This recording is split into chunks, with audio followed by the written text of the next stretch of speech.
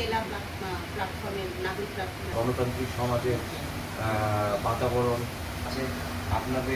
আপনারা যেসব পরিভাবে আমরা আসলে আমাদের সমাজের একটা অনুষ্ঠান কিছু জনপ্রতিনিধিদের পরিচিতি পর্বটা সেরে নিন। নাগরিক প্ল্যাটফর্ম আজকে যারা আয়োজন সেটা কোঅর্ডিনেটর হিসেবে দায়িত্ব পালন করছি। প্ল্যাটফর্মের সদস্য। নমস্কার, আমি মুক্তাপান, আমি আমার মন্ত্রণালয় আমি আজকে থেকে এই পর্যায় পর্বটা আরো মানে সবারই মনে আস্থা প্রকল্পের তারা হয়তো আমাদের প্রকল্পটা সম্পর্কে অনেক সুবিধা হবে।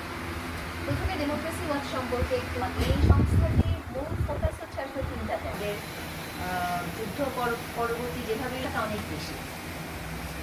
এই লক্ষ্যে হচ্ছে গভর্নমেন্টও যে করেছে অক্টোবর 2 থেকে।